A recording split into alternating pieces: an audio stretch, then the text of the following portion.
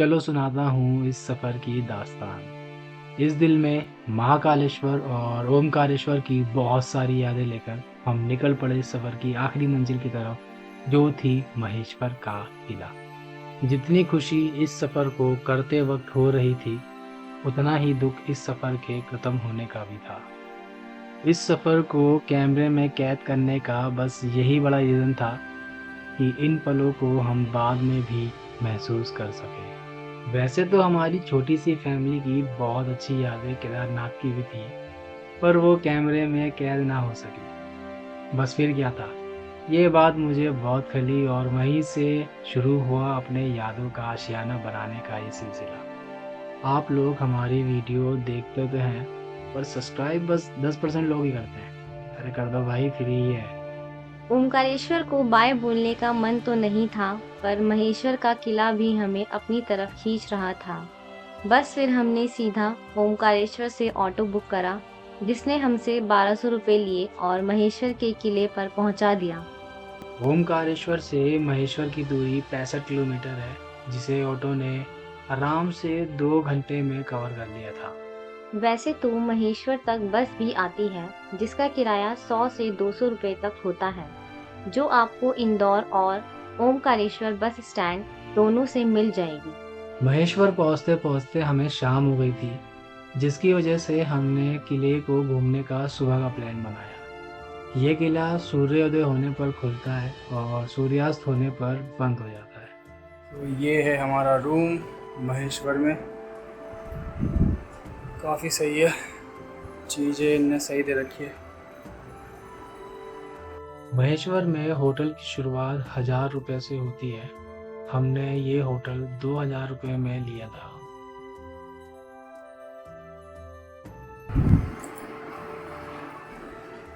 और यहाँ से दिखता है व्यू। होटल में अच्छी सी नींद लेकर हम लोग सुबह सुबह माँ नर्मदा में डुबकी लगाने निकल पड़े।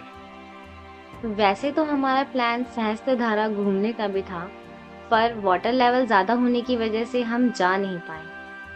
पर दिल से यही आवाज आई कि दोबारा आने के लिए भी तो कुछ छूटना चाहिए, और हमने सारा ध्यान किले पर लगाना सही समझा। तो इस चाय की चुस्की के साथ इस व्यू का मजा लेकर हम लोग निकल पड़े हैं फोर्ट देखने के लिए।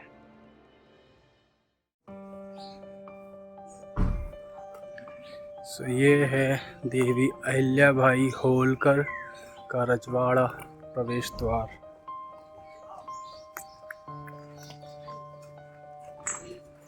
वाह, सही है।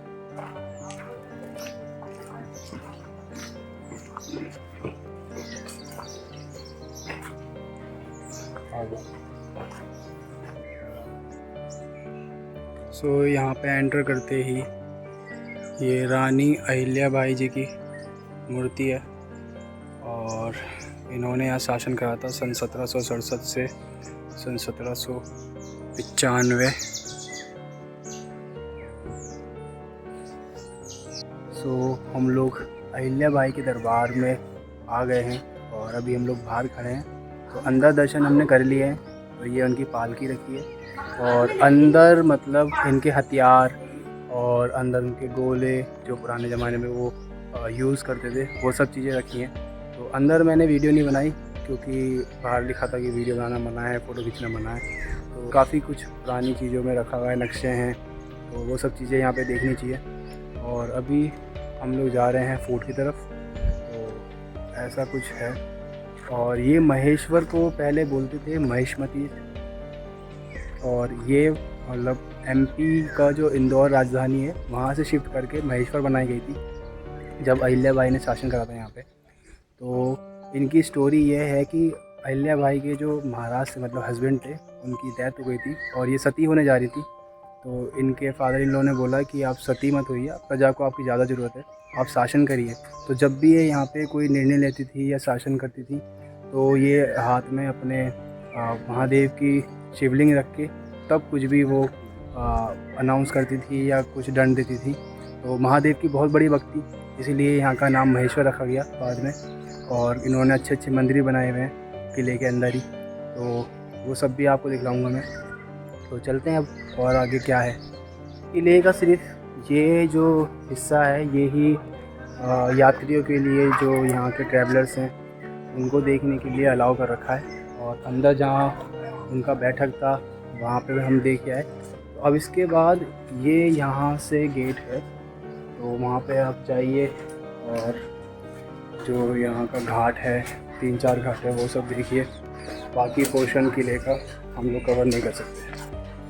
महेश्वर प्रसिद्ध नगरों में से एक रहा है। महेश्वर का इतिहास लगभग 4500 वर्ष पुराना है। रामायण काल में महेश्वर को महिष्मति के नाम से जाना जाता था। 18वीं सदी में निर्मित महेश्वर अथवा होलकर किला नर्मदा नदी के तट पर स्थित है। महेश्वर किला मालवा की तत्कालीन रानी अहिल्याबाई होलकर का निवास स्थान था, इसलिए इसे अहिल्या किला भी कहा जाता है।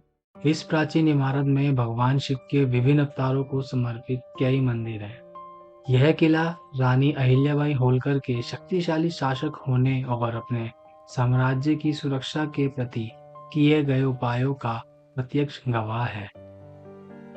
बहुत प्यारा मंदिर है, बहुत ही प्यारा। आप यहाँ पे कारीगरी देखिए, कितनी प्यारी कारीगरी।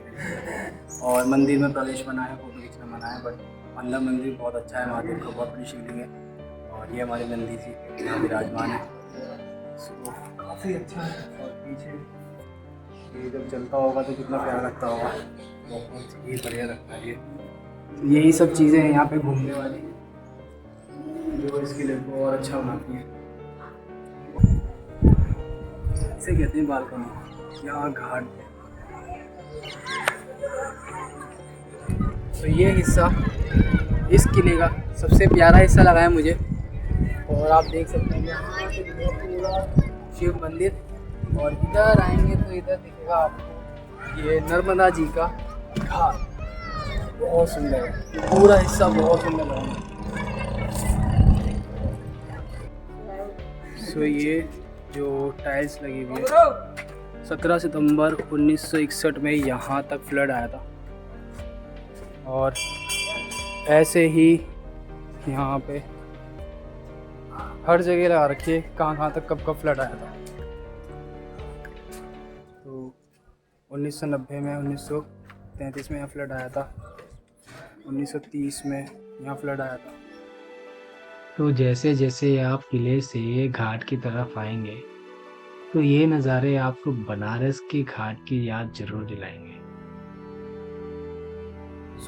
इस फोर्ट के सामने जो नर्मदा तट है, यहाँ पर बहुत सारी मूवीज़ की शूटिंग हुई है, लाइक पैडमैन और दबंग, और एक धर्मेंद्र की मूवी है। तो काफ़ी मूवियों की शूटिंग हुई है यहाँ पे, तो काफ़ी फेमस है ये। और पद्मावत मूवी का जो फर्स्ट सीन होता है किले का, वो भी यहाँ पे शूट हुआ है।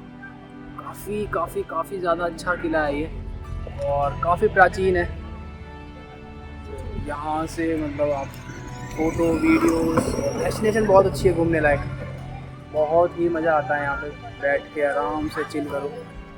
तो अभी हम लोग जाएंगे नाव में बोट सवारी करने, छोटी सी, क्योंकि यहाँ पे एक टेम्पल है वो देखना है हमें, जो बिल्कुल पानी के बीचम बीच है। सेंटर बोलते हैं उसको अर्थ का, तो वो भी देखेंगे।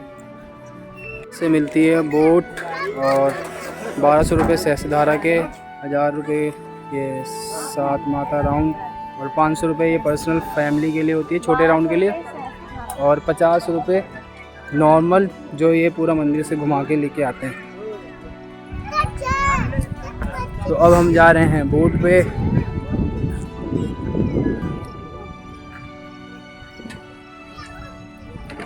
बोट पे हम आ गए हैं, और अब ये पूरा ऐसे राउंड लगा के ले जाएगी। देखो पानी कितना ऊपर आ गया। ये देखो तो क्या खुद ही